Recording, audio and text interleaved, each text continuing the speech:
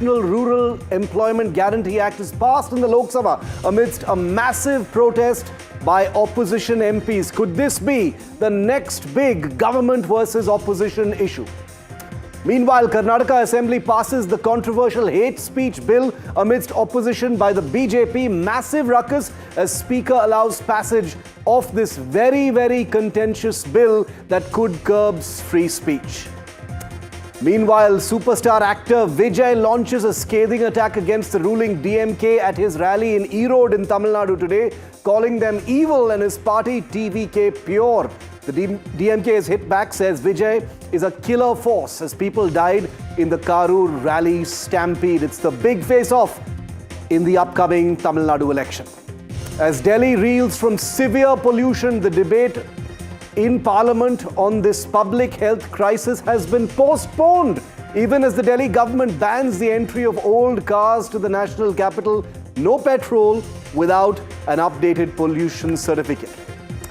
Trump has reshaped the White House history walk with plaques attacking Biden, Obama and past presidents, but praising himself. Biden is labeled the worst president in American history, Obama divisive, and Trump credits himself with ending wars, turning the walls into a political manifesto that has sparked shock and derision across the world.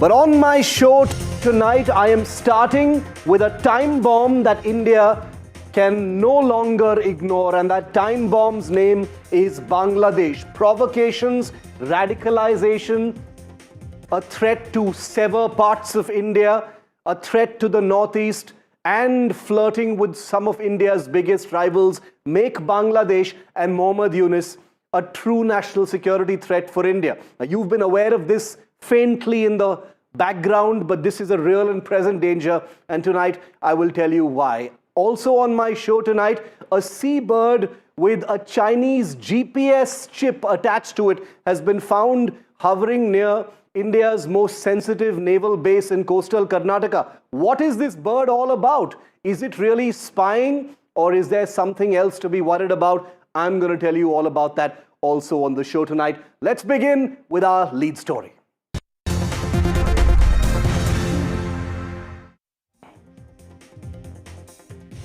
Viewer, Bangladesh is a ticking time bomb and India must stop pretending otherwise. What we are watching across the border in the last 10 to 11 days is not random unrest.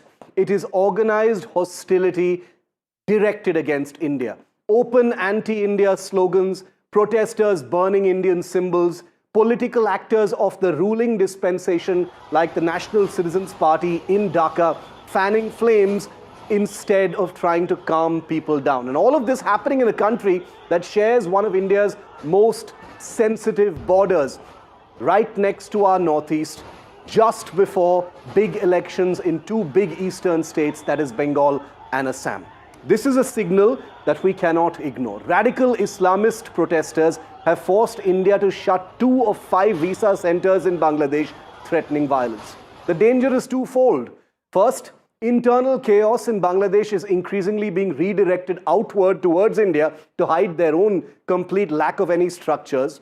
Second, this unrest is being normalized and legitimized by a ragtag pseudo-government that is virulently anti-India and increasingly comfortable with Islamist rhetoric at a time when Islamist terrorism is the single biggest global security threat. Let us be absolutely clear. Bangladesh today is openly flirting with forces that are fundamentally hostile to India. It is building bridges with Pakistan, a state sponsor of terrorism, whose entire strategic doctrine revolves around bleeding India. It is opening doors to Chinese influence, knowing fully well how Beijing uses instability, debt, and leverage to box India in across South Asia. Add to this combustible mix of radicalized street protests in Bangladesh, and you have a direct threat to India's security interests, particularly to the northeast, where even small sparks across the border can have outsized consequences, especially with looming elections. India cannot afford to be reactive here. Waiting for a major provocation would be strategic negligence, in my view, tonight. Preemptive action does not mean tanks rolling in tomorrow, like during the 1971 war. It may mean clearly escalating policy, drawing some red lines, and no longer regarding Bangladesh with the kind of rose-tinted glasses that one tends to have considering India's role in the birth of this nation. Using diplomatic, economic, intelligence and security levers in ways that make it unmistakably clear to Bangladesh that sustained hostility will carry unbearable costs for that country. For years, India invested in Bangladesh with patience, investment, and goodwill like a big brother. That goodwill is now being repaid with provocation and dangerous threats on a literally daily basis. The bodily integrity of our people, Indians in Bangladesh, is being threatened. The question India must ask itself is uncomfortable but necessary. When a neighbor becomes a security liability, how long do you keep pretending it is a domestic problem that Muhammad Yunus, the so-called president of that new republic, is going to have to handle? Bangladesh is no longer just Bangladesh's problem. Let me be very, very frank tonight, and this might offend some people, because ignoring this ticking time bomb would be India's biggest mistake.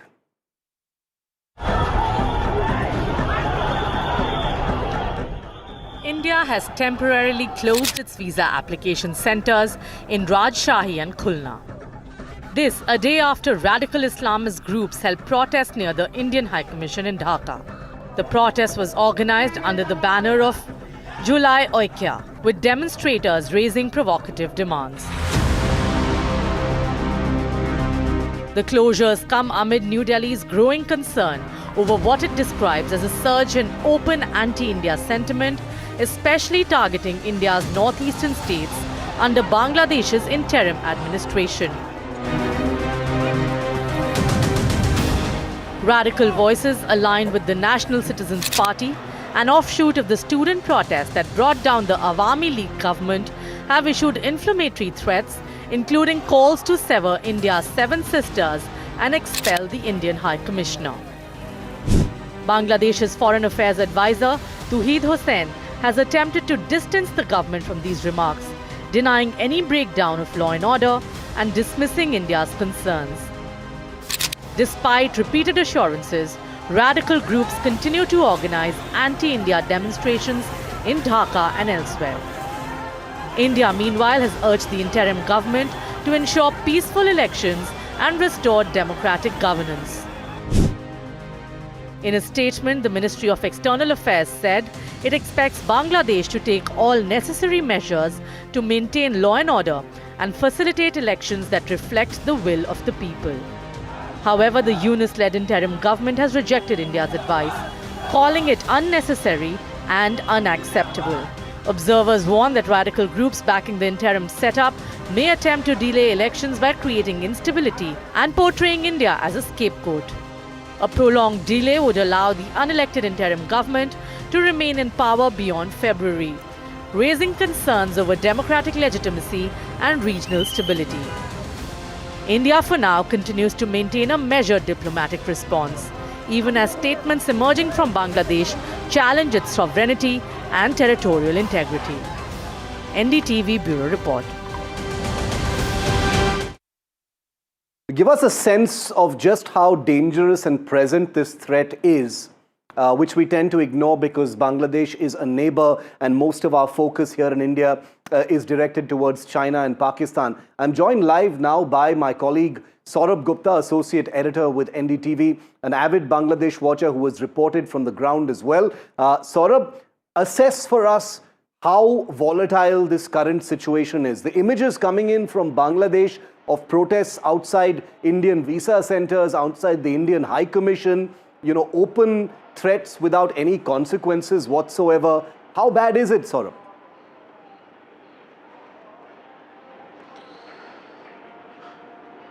Well, I wish I could tell you it's not so bad, but that's not the case. In fact, the situation is terrible. And this has been gradual. This is not something that's erupted overnight.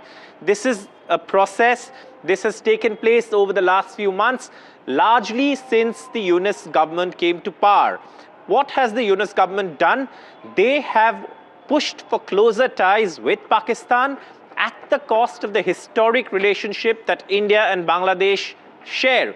So much so that today, on 16 December, Bangladesh wants to forget India's help, India's contribution in the liberation war, in the struggle that made Bangladesh an independent nation when Pakistan was raping, murdering and committing untold atrocity on the people of Bangladesh.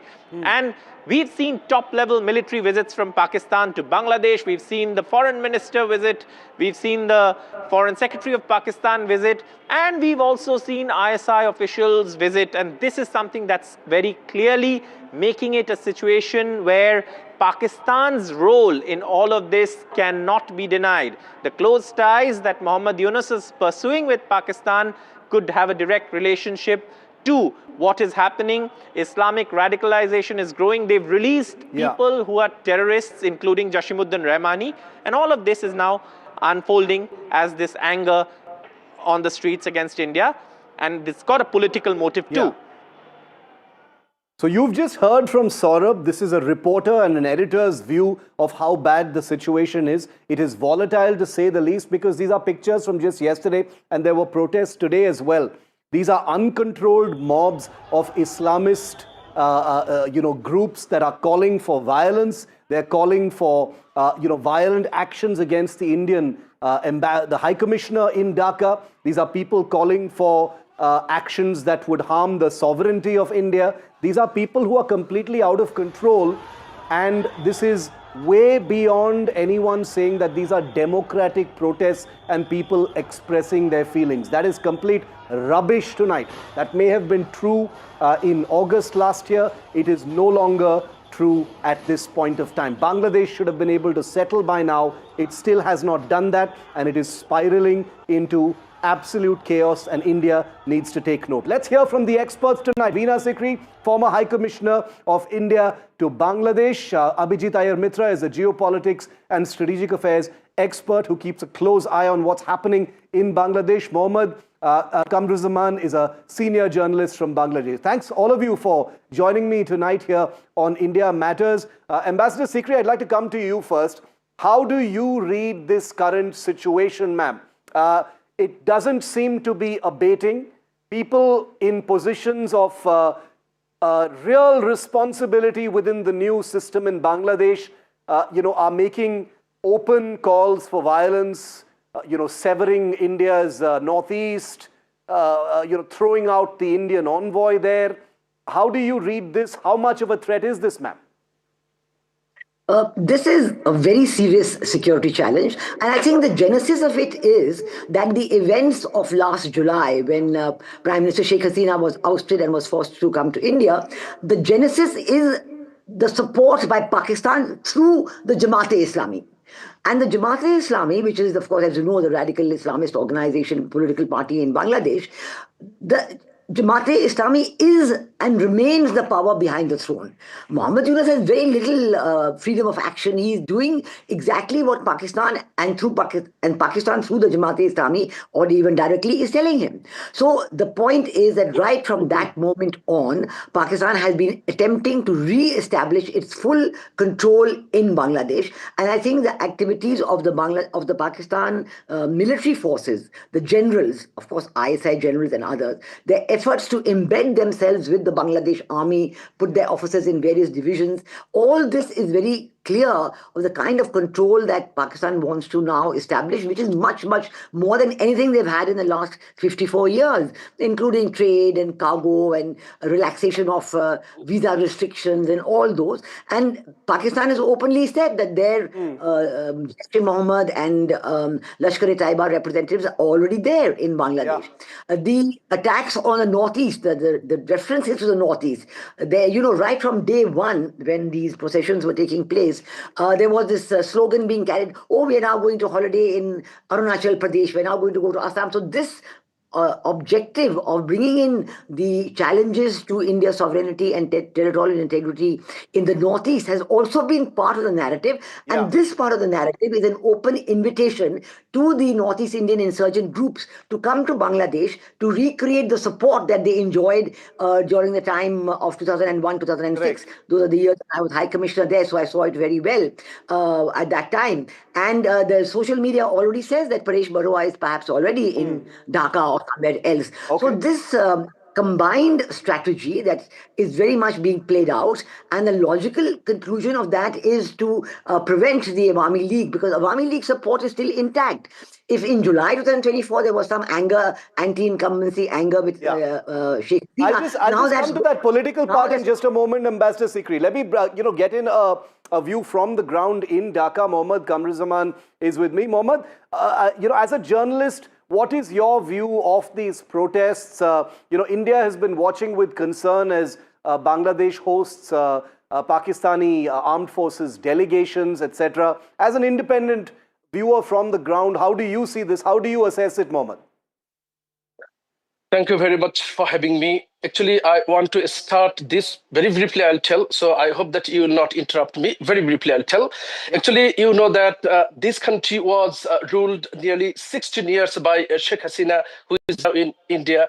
And even the second man of Awami League, Obaidul Qadir, in a public meeting told that when Awami League will fall, thousands of people will be killed on the streets. Actually, during the tenure of Sheikh Hasina, there were extrajudicial killings, enforced disappearances, and many other human rights violations. So there were discontent among the people against Awami League. But unfortunately, India, who supported us during our liberation war, and we are really grateful to India for that contribution. But problem is that the young generation who are very conscious, they are disheartened, because even after the trial, death penalty against Sheikh Hasina, even she is still there. And many Awami League leaders who are guilty of crimes against humanity, mass murders, so they are also in India. And India, most of the time, harbors the people who commit crimes here. That's why actually people are discontent. And in this, even in this report that you, in a long time, you are telling, many times you have used the word radicalism or Islamist terrorists. Actually, even the footage that you are using, there are students, there are open, very Western dress female. So there are so many university students, there are English medium students. So this narration, I think, should be amended that you are using now. Actually, the Bangladeshi people, they are very, very frank and very friendly. They also want to take a relationship, want to make a relationship with India. But India must acknowledge Bangladesh as an independent country, and India must stop harboring the criminals in their country, so that Bangladesh can feel safe from their closest neighbor, their biggest neighbor. That's the ground reality. And I think that in your narration that you have told and your report, there are, frankly speaking, there are some exaggeration. The ground reality is not that. Okay. Point made, Mohammad. Abhijit, bringing you in, there are all these moving parts. There are legitimate concerns. There's the Sheikh Hasina issue that Mohammad pointed out. India's, one section of India's view is that this is not just some kind of organic anger by youth in Bangladesh. They've been weaponized, by the real power centers behind the scenes, who are, as Ambassador Sikri said, Islamists, who are openly hosting and flirting with genuine terrorist entities. So there is nothing kosher about what is going on. The question now is, we understand what's going on. What happens next? Because as Mohammad said, there is one section where there is a sentiment that has to be addressed as far as Sheikh Hasina is concerned. But what about all these threats and violence? Look, these threats and violence just prove that the situation is simply not stable enough or legitimate enough for Sheikh Hasina to be sent back. Remember how the courts were fiddled with the moment this so-called, basically a street coup, which they want to call a revolution, happened. Thugs taking over government, threatening judges, removing them, releasing convicted terrorists, known terrorists, people whose who had taken part in the genocide of the Bangladeshi people themselves. All kinds of people like that were released. We should remember these people out on the streets that you're showing visuals of. They belong to a party of Razakars. These were the people who collaborated with the Pakistanis in killing their own people. Never forget that. So let us be very clear what is happening in Bangladesh. First, Sheikh Hasina will not be sent back to this puppet joke of a regime that is happening out there. It is not going to happen, full stop. Remember, this is a regime that went on trying not to hold elections. They want reform, reform, reform. What reform has this man done? Nothing. He wasn't even willing to hold elections till the army chief essentially put a gun to his head and forced him to call elections. Then what has this man done? He is now trying to create the classic strategy of all dictators who are losing power, a strategy of perpetual tension. He wants to aggravate the situation on the streets that forces the army out, lets him play martyr. He knows he is going to get convicted for all the misdeeds of his government in the last 1.5, 2 years. He doesn't want that. He wants political asylum. He wants the army out on the street. These are all very carefully calibrated to bring the army out on the street in some form or the other. The army, for its part, wants to avoid that. Unlike the Pakistan army, which goes around creating coups, goes on creating tension so that they can take over, the Bangladesh army is very carefully avoiding that. They're very carefully avoiding interfering in politics. They want essentially what Muhammad Yunus wants is some kind of a situation which gets blamed also on the Awami League, so that now the thing is the Awami League is not going to contest the elections apparently. They will be contesting as independents. We all know exactly what's going to happen there, like happened with the Pakistan elections where so-called independents who were actually PTI fellows were winning the election till the coverage was stopped at night and then suddenly, the other two parties won. They're trying some kind of a game book like that out here as well. Okay. Let's see where this leads. I think the biggest trap that's being laid here is for the Bangladesh army. I think the Bangladesh army itself knows what is up. Mohammad Yunus is playing with fire. Let's see what happens. Mohammad, Sheikh Hasina is not going to be sent back. There is no guarantee of her safety that she will be tried. She'll probably be lynched if she comes back to Bangladesh. Mohammad Yunus, who had promised reforms, has allowed the country to be in a state of instability and chaos where, the ruling party is allowed to issue direct threats to your neighbor, India. One has to look at both sides very carefully. One has to understand India's concerns also in this, just as India is trying to understand Bangladesh's concerns. Thank you very much. Look, Bangladesh is an independent country that I have already mentioned, and the judicial process is going very transparently. So it's completely the internal matter of Bangladesh. It's not a matter of India. India should not be concerned about that. India has to be concerned, Mohammad. I don't want to interrupt you, but India has to be concerned. If your politicians in the ruling dispensation are talking about the Northeast. You should be India is very concerned. My friend, out of great respect for you, but India is directly concerned with what happens in Bangladesh. Directly concerned with what happens in Bangladesh. If you are concerned, then you should also be concerned during the human rights violation here, during the tenure of Sheikh Hasina, who was actually ruled this country with the support of India. So at that time, India should also have raised their voice when there are so many judicial killings. Abhijit, there are so many extrajudicial killings. What would you say to Mohammed when he says that? What would you say? You see, the classic case of deflection that Mr. Kamruzzaman is doing. Let me explain how extradition works. India and Bangladesh have an extradition pact. Now, you don't just extradite because you have an extradition pact. What does an extradition pact say? The crime that happens in country B also has to be a crime under country A, under which the person accused can be extradited. If it is, then the extradition can proceed. But there is a second test to it. Are the functioning organs that are meant to try it going to be institutionally sound, as they are in India? All right. You remember this is why Denmark refused to extradite that Purulia drop case, the explosive drop case guy to India, and we got very upset about it. Look, Bangladesh has a right to get upset. But the point is, Bangladeshi legal standards simply don't hold up to the institutional integrity that we come to expect in India. That is the sad reality of it. This has nothing to do this has absolutely nothing to do with human rights, etc., whatever. Human rights violations there are also human rights violations here. Unfortunately, Bangladeshi institutions don't hold up to integrity because unlike in Bangladesh, we have not had street takeovers of power. And the conversation changes, Mohammed, when when Bangladesh talks about reform and new resurgence and a new nation, Naya Bangladesh, etc. And your country's leaders are openly hosting Pakistan, which is acknowledged as a global fountainhead of terror, a direct enemy of India, a country that sends terrorists across the border. That seems to be the priority for Bangladeshi leaders. That itself triggers an alarm here in India. If it was not about that, these things would be very different.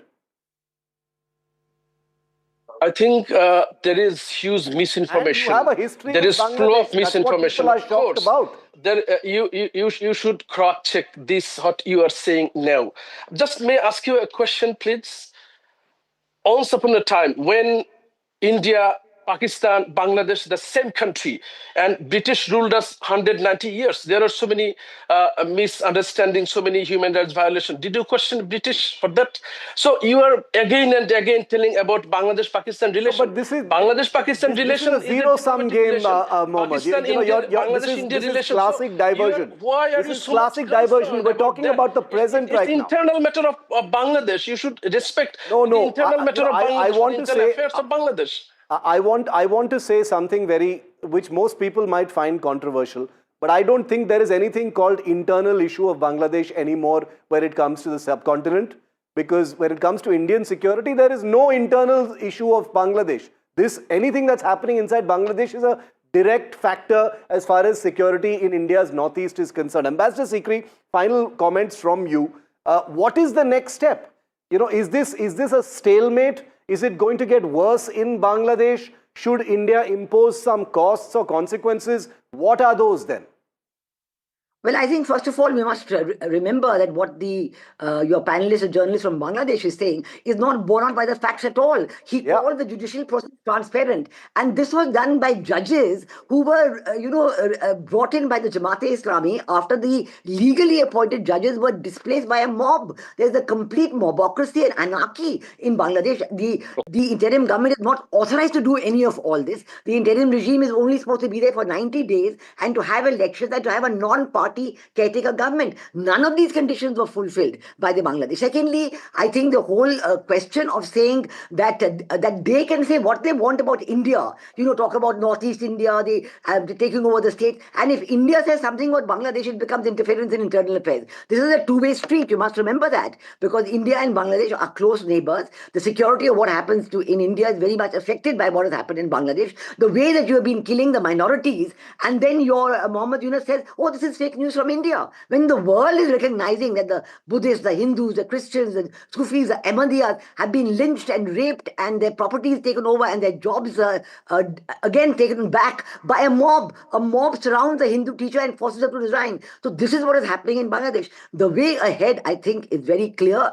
The elections must be free, fair, inclusive, not going to happen. And therefore the question of banning the Awami League did not arise. Bangladesh should be ashamed of itself, because similar regime change operations in Sri Lanka, Rajapaksa government brought down. The Rajapaksa government party was fully allowed to take part in the elections.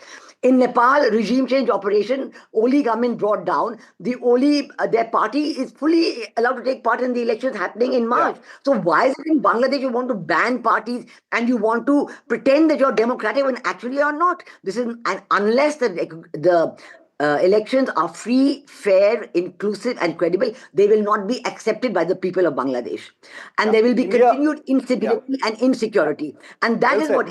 I think that's a very, very important point. I am just very skeptical about whether elections can be free and fair. Certainly not in the current circumstances. There is no they are. That is going to be. Bangladesh is a country in free fall. Mobocracy is the word that you used, Ambassador Sikri, and I think that applies very clearly. So there is not just a trust deficit, there is a security deficit right now between India and Bangladesh, and it's not something that we can ignore. Like I said, there are elections happening in Bengal, in Assam in the next few months. A small little spark can trigger big things. Mohammed, Ambassador Sikri and Abhijit, Pleasure. Thank you very much for being with me tonight on India Matters. Thank you.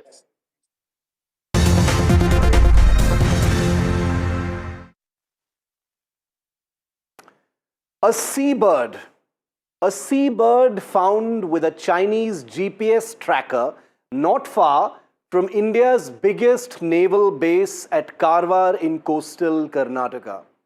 That's the bird right there. Has sparked a media frenzy today about Chinese espionage, with several media outlets wondering if this is a spy bird sent thousands of miles from China to check out where India keeps major components of its Western naval fleet. So spy bird headlines flew thick and fast, and yes, let's say this up front, the bird itself and the tracker are very likely innocent. Hate to disappoint you, but there's a false alarm here. Migratory birds are often tagged by researchers. This was probably not a feathered James Bond, but there is a catch. Here is the uncomfortable truth, my friends. The frenzy around this innocent bird is not really misplaced. People jump to conclusions because Chinese espionage against India, far from being paranoia, is a reality we do not acknowledge enough, and there's not enough public awareness about it since most of the public is fixated on Pakistan. Now look at the Indian Ocean right now, for instance. A record number of Chinese so-called research vessels are prowling waters around India. Officially, they are civilian. In practice, they are conducting hydrographic surveys of the Indian Ocean's largely uncharted seabed. Now, why does that matter? Because seabed mapping is critical for submarine operations, and submarines are China's greatest future power projection tool in the Indian Ocean region. Not to mention, these ships serve as very useful listening outposts in an ocean where India, remember, is the primary operator. India has also tracked Chinese missile tracking ships operating nearby, expecting to quietly soak up data on Indian missile tests.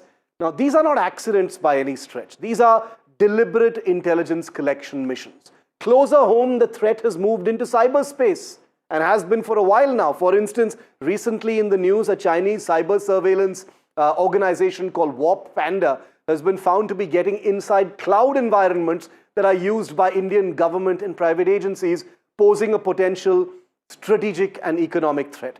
Add to this Chinese surveillance satellites, aggressive electronic intelligence collection, persistent cyber operations, and a clear pattern emerges. So yes, the seabird that made all the headlines and attracted all the reels and views across platforms near Karwar may well be a false alarm. The bird may be innocent, but the alarm itself is very real.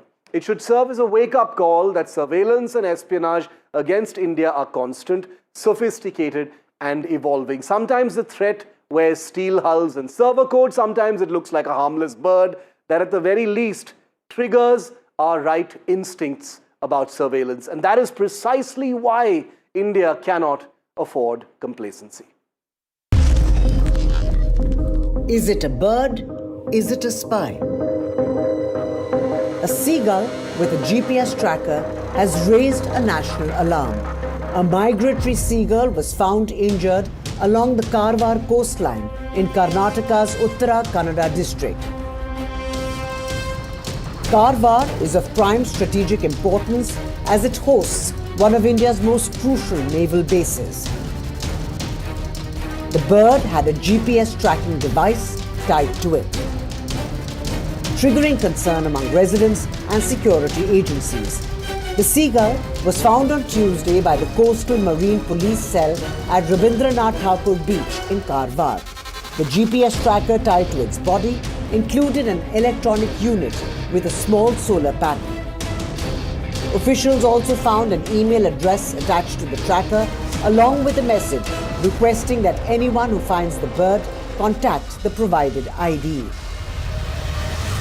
Police said the email address is linked to the Chinese Academy of Sciences, which describes itself as a research center for eco-environmental sciences. Was the bird on a Chinese spy mission over India's naval base, or was it just part of a scientific research project to study migratory patterns? Authorities are trying to contact the mentioned email ID to seek clarification. An NDTV Bureau report. So like I said, that bird may be innocent. It was a bit of a false alarm. The media got very excited, wondering if it was a spy bird sent all the way from China. But the issue of Chinese surveillance is very, very real. I want to show you a map of the Indian Ocean. You just saw it in my story right there, but I want to call attention to it. This map's, I've borrowed all these details from Damien Simon, who's one of the finest imagery analysts out there.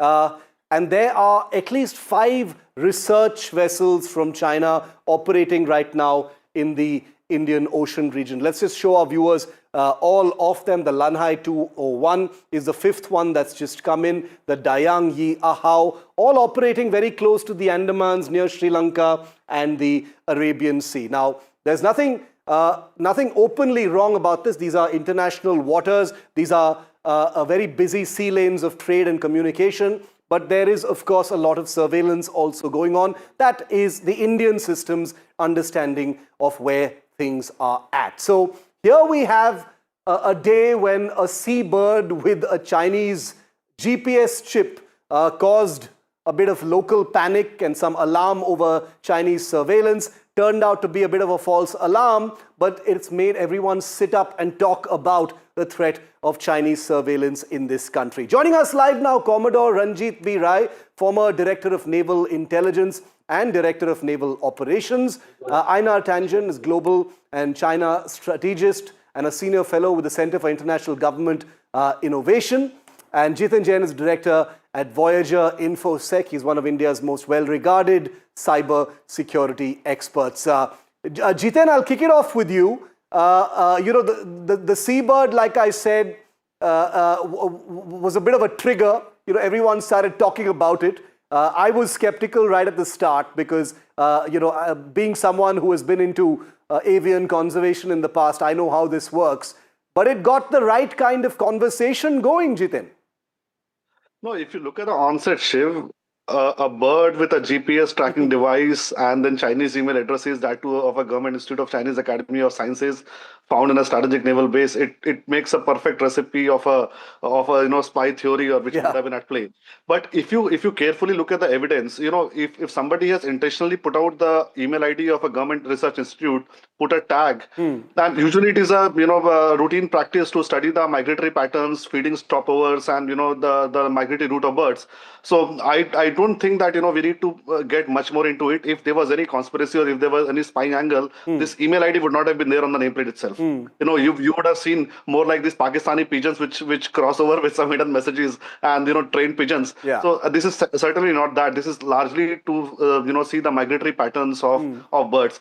However, I think since China is involved, we have had incidents of Chinese espionage going on in cyberspace. We have seen hydroponic surveys been carried out to map our submarine seabeds. It's good to be cautious. It's good to be alarmed. It's good to have these conversations.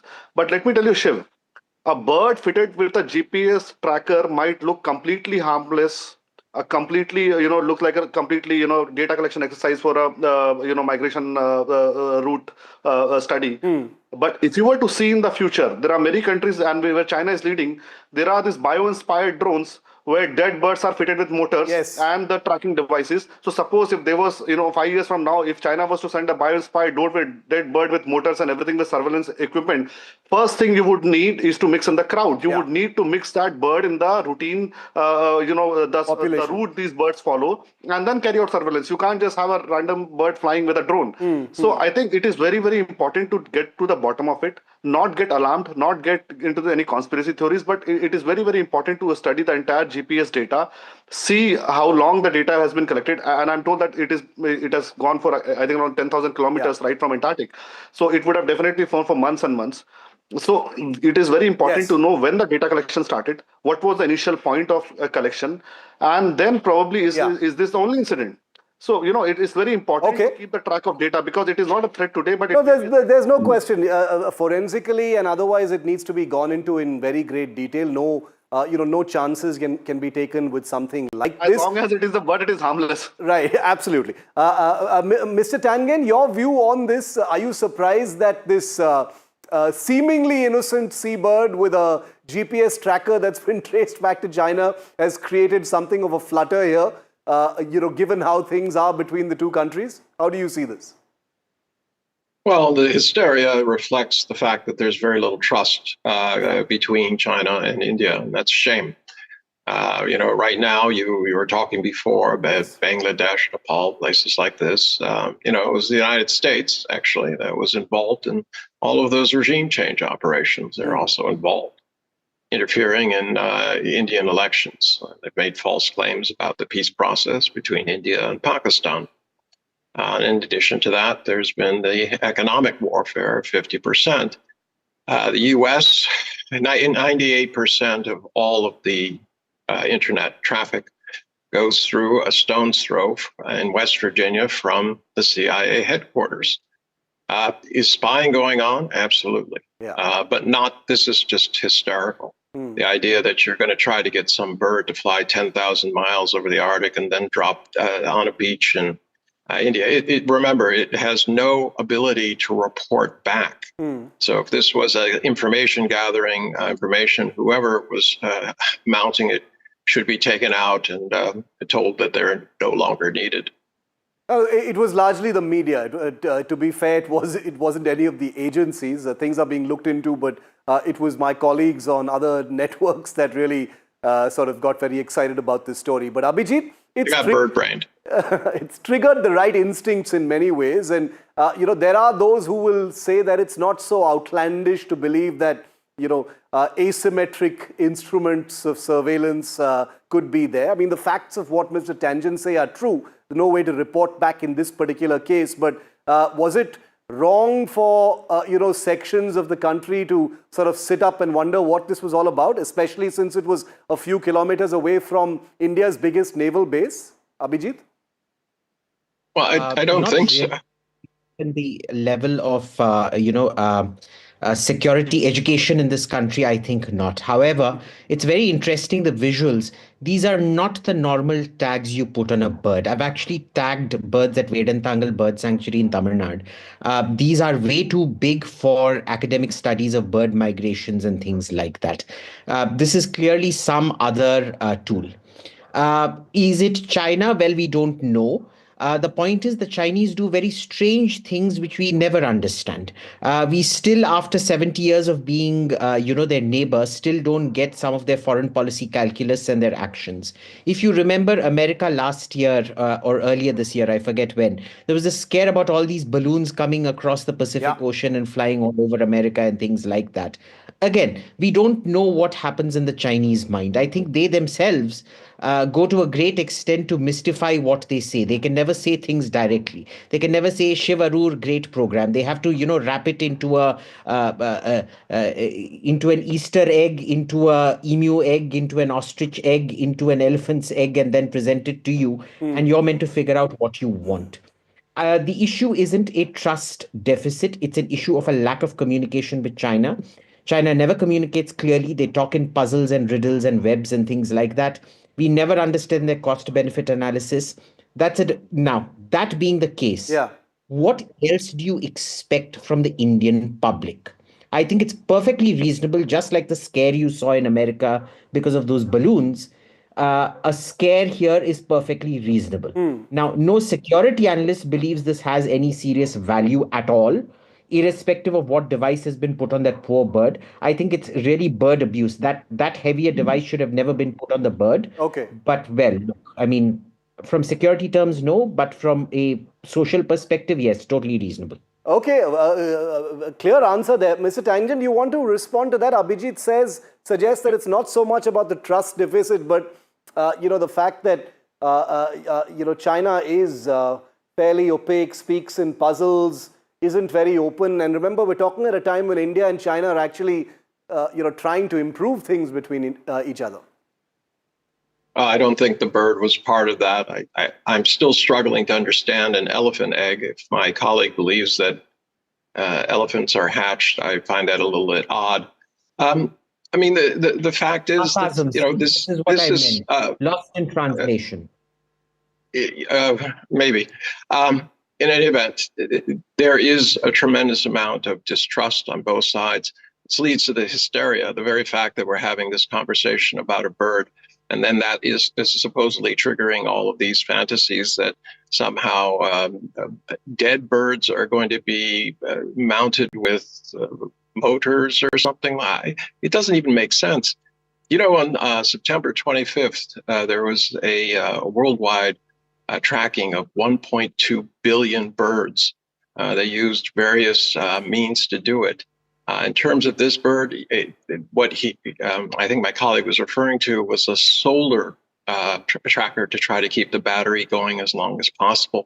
Obviously, given that it flew 10,000 kilometers, I don't think that it was a horrible impediment to the bird itself. And obviously, whatever scientific research they're trying to do. But let me answer the last question, this idea that somehow China is opaque and doesn't speak properly. This goes to a cultural mismatch between India and China. I mean, what you're saying about China is exactly what China says about India. And I think both sides just have a different way of approaching things, but it shouldn't be an impediment to two countries that have so much shared history and culture.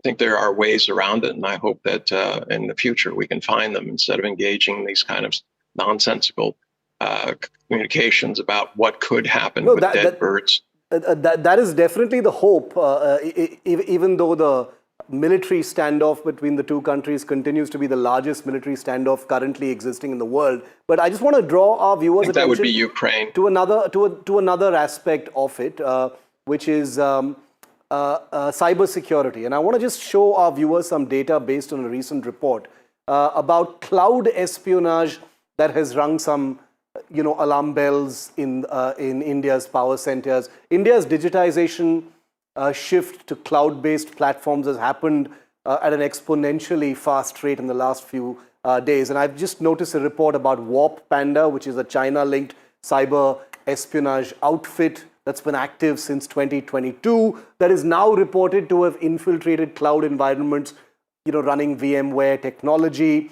And these are cloud platforms that are used massively by Indian government agencies, large private sector companies as well. And cybersecurity experts say that malware of this kind linked to China, could access multiple virtual servers, steal sensitive data, and cause economic and strategic damage. So this is very, very real. Jiten, I want to bring you in on this because there are all these various aspects of surveillance, cyber attacks that might actually take place. I've shown you the naval aspect of it. I'll go to Commodore Rai in just a bit. But Jiten, you want to throw some light on this, Warp Panda and others? What is your assessment of that? No, before I come to Walk Panda, I would like to respond to Arun when he said that it is hilarious that people are thinking that there will be motors on the dead birds. I think I'll recommend strongly to him that he should go to these Chinese tech conferences where people are claiming about the advances in Chinese neurotech, where you're embedding chips in the humans like Neuralink, what Elon is doing, and installing chips in the birds. So this is not imagination. These are the experiments where China has been highly successful, and we are just only looking at the threat gravitas for tomorrow.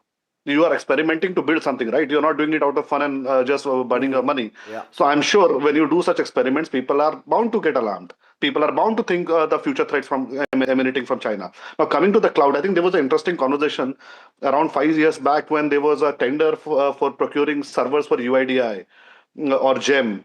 And I think one of the bidders, which was L1, was a big American company I would not name here.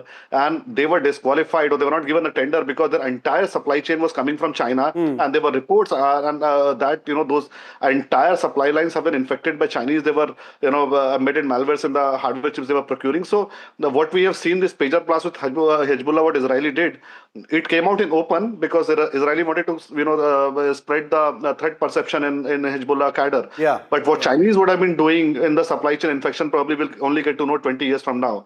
So the threat is very real. That is why companies across the world are shifting supply chains from China. No sensitive products in telecom today are built in China. So if every country in the world, every democracy in the world is banning Chinese gadgetry and hardware in the telecom networks, and I'm sure we are not living in a fool's paradise to believe that these are all conspiracies and Chinese are running a great technology innovation campaign. No, this is the point, that India is not alone in having these views about China. Whether it is trust, whether it is about not getting the full picture when dealing with China, all of these reflect really that. Commodore Rai, sorry to come to you so late. There was a bit of an audio issue, but we just showed our viewers, whether it is this little seagull that has triggered some outsized panic, to the India's cloud systems being infiltrated possibly, or the threat of that happening, to the military intelligence, to what's happening in the Indian Ocean region. How do you see that? Because we do know that the Navy is dealing with this in a real way right now. There are 5 survey ships. There's a large-scale mapping of the Indian Ocean seabed that's taking place. There are listening posts all over the Indian Ocean. You've been Director of Naval Intelligence. How big is this? Well, as all your speakers have told you, that actually GPS bird is a scientific experiment which many countries carried out. And China is the greatest researcher today in the world. So what you should not apologize about. I'm very glad you brought this program up because your viewers will understand. So clinically, before I go to the mapping of the seas, you must know that today tracking is common. Every mobile phone is tracking. So there's nothing new about this technology. Now to put it on a bird, a researcher has put it on the bird and actually give you an email which points to China. Therefore, we must look at it. But because it has come to INS Kadamba, Karwar is going to be one of the largest bases in the east. It's going to be as large as Hainan in China. And minute the word China comes up on a bird or on a tracker, naturally the intelligence agencies have to look up because the police reported it to Navy. Kadamba has a naval armament depot. There's a lot of ammunition, missiles all over the place. It is well guarded. So I'm very happy that even though we are convinced that this was possibly a scientific experiment, look, if the Chinese or any country wants to know anything about the world, there is this satellite, and Google Earth will actually tell you much more about Kadamba than any common man. So as an intelligence man, I would go to Google Earth, I'll look at satellites, and I'm sure NTRO is doing that. But now you come to another new point while we're discussing this bird. We must look at it clinically, and since you brought it up, today the future of the world is going to look to the seas for minerals, for food, for edibles, and for actually desalinated water. Therefore, you have quite rightly put, the service ships are on duty. The Indian Navy is mapping the underwater. So Chinese are very interested in the Indian Ocean, and they are mapping the water. So through your, actually, a bird with a tracker, you have told your viewers how important it is. And also, we have a fusion center in Delhi where there are 12 foreign officers. And the minute this bird would have been reported to the center, which is actually a part of intelligence, they would have reported back to their countries. And like you are doing an analysis there, neighboring countries and foreign countries would be doing it. And because of the word China, well, it takes prominence. We have problems with China, and China is the greatest researcher today, spending money. Therefore, I don't see anything wrong with some researchers looking at bird tracking, climate tracking, tracking of birds doing this experiment. This is, I'm glad that I was able to use this particular story that we don't really understand much about to expand into something that we should all be talking about. And I thank Abhijit, Mr. Tanjan and Commodore Rai for being with me tonight on India Matters. This was useful. I hope our viewers find this useful as well. We talk a lot about Pakistan. We don't talk enough about Chinese surveillance. It's something that you should be aware about. China is a powerful country. They dominate in many ways in the hardware and software space. The devices that you use could very well be made in China. Many of the apps you use are Chinese in origin, even though we've banned many of them. So it's something to keep on your mind as you look at this little bird. And we, of course, wish that this little bird is taken care of and is healthy very, very soon.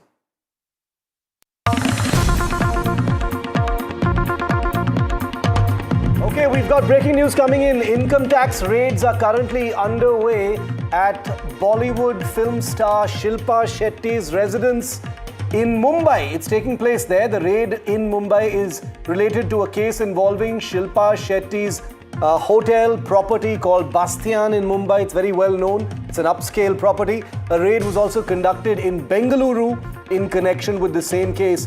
Anushka is our reporter on the story. Anushka, tell us more about this. Bastian, very well known property owned by the Shettys, Raj Kundra and Shilpa in Mumbai. What's going on? There's a big raid happening there.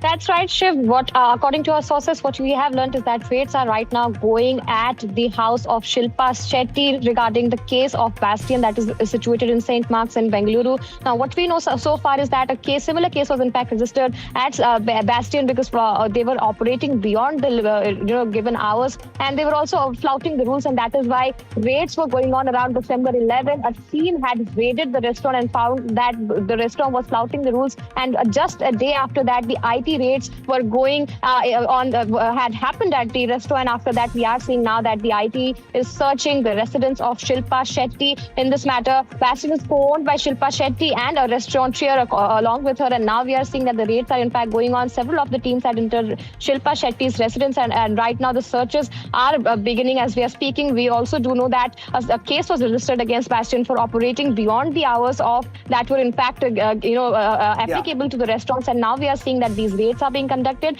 and it is going at the residence of Shilpa Shetty regarding the matter of Bastian. Over to you. Well, Anushka, thanks very much for that important update. We've, of course, reached out to both Shilpa Shetty and Raj Kundra for a comment on the story. We'll update you if we hear back from them. But it's a wrap for tonight on India Matters. If you have been, thanks so much for watching. I'll see you tomorrow at the same time. Remember, the NDTV Indian of the Year is something that will dominate prime time tomorrow, but the buck stops here with Padmaja. Comes up next.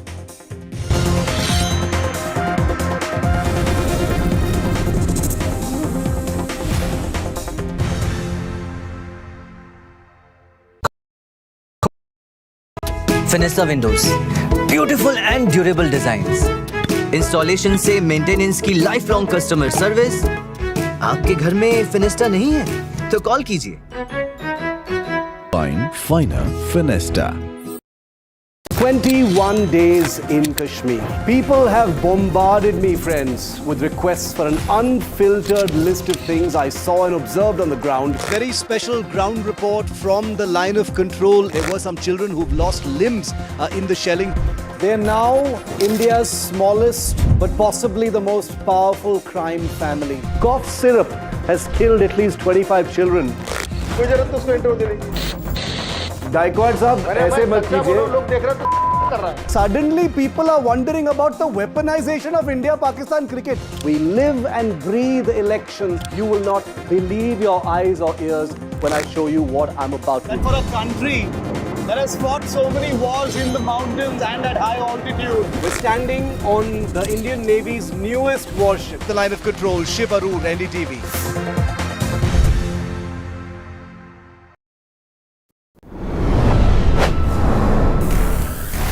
What does, say, 11 years of Modi compare with in a global context? He's going strong. Part of it is a weak opposition. Part of it is he's very disciplined. This is his life. It's why I've said that Modi is probably the most consequential prime minister since Nehru. And he's reshaped politics. He's reshaped the nature of the kind of master narrative of Indian history.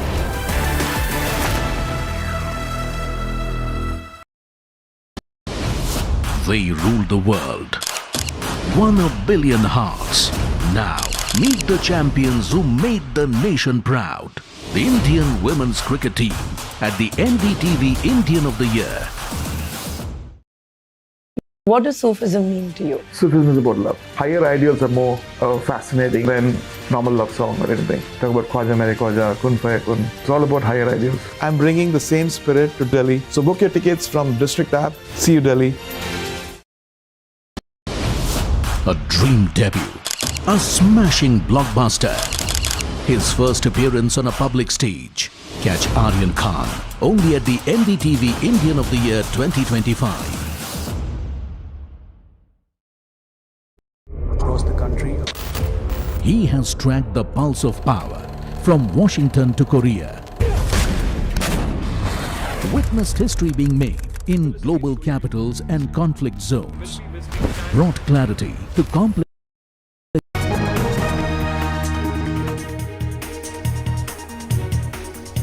Good evening and welcome. Thanks very much for tuning in to NDTV. I'm Padmaja Joshi, and on every story that matters, the buck stops here. Bihar Chief Minister Nitish Kumar's unthinking, cringe-worthy and abhorrent act of pulling down a young Muslim doctor's niqab while giving her the Ayush certificate just a few days back has served to again reignite the touchy debate over women, choice, hijab, the face veil and the politics around it. And at the intersection of all of these lies, as always, the eternal question: is the outrage really over women's dignity, their choice, or is it simply an issue of partisan politics? It's just convenient. It's a great topic to hang on to. And someone who really hit the nail on the head today while calling out the hypocrites on all sides was Javed Akhtar.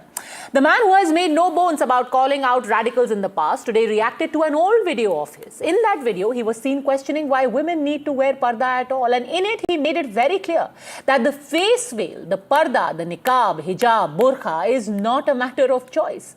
In fact, he said it's an outcome of brainwashing and peer pressure, which, by the way, I think applies across the board, whether it be to parda among Hindu women or niqab, hijab, burqa among Muslim women. By the way, this older video was being recirculated in context of the Nitish Kumar controversy.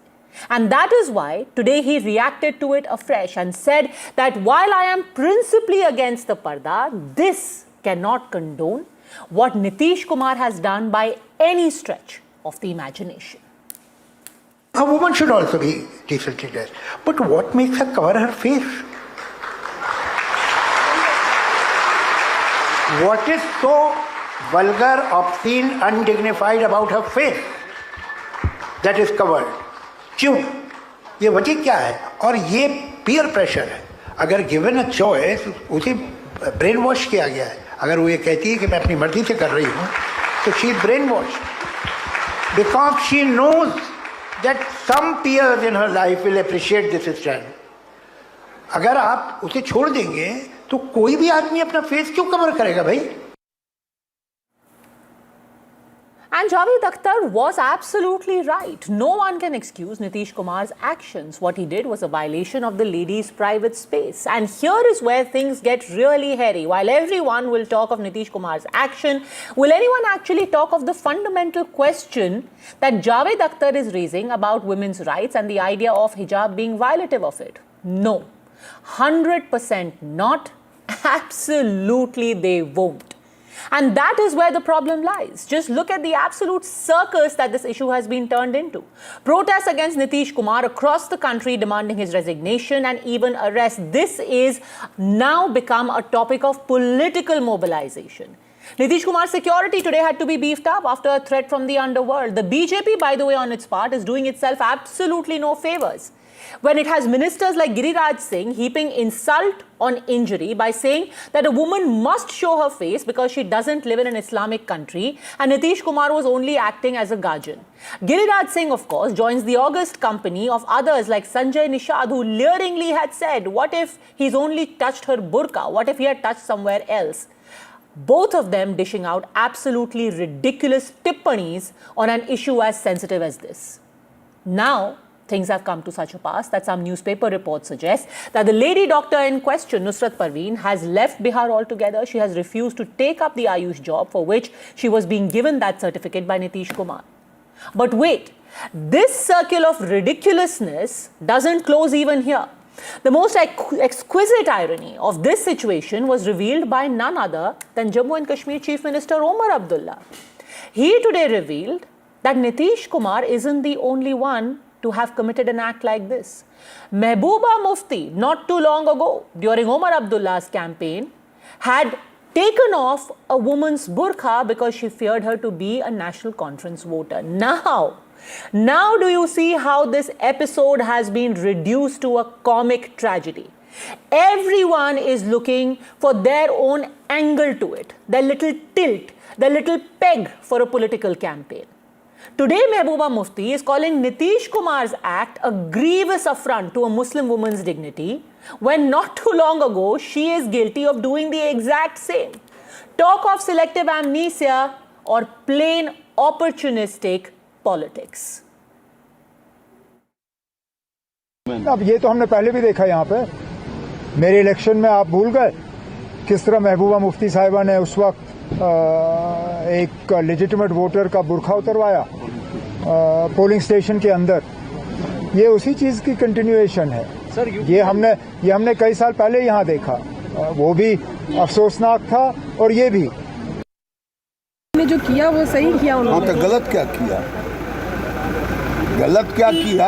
आए हैं नियुक्ति पत्र लेने के लिए, तो चेहरा दिखाने में कौन सा भय? वोट देने जाइएगा, चेहरा नहीं दिखाइएगा। कट्टरपंथियों का जमाना चल गया है। देखे नहीं पाकिस्तान का बाप बेटा ने ऑस्ट्रेलिया में क्या किया? जिस तरह से अपमानित करने का काम हमारी बच्ची को किया गया बिहार में, वो ठीक परंपरा नहीं है। वो बच्ची बताइए, वो परिवार ने साफ कर दिया कि हमारी बेटी अब मेडिकल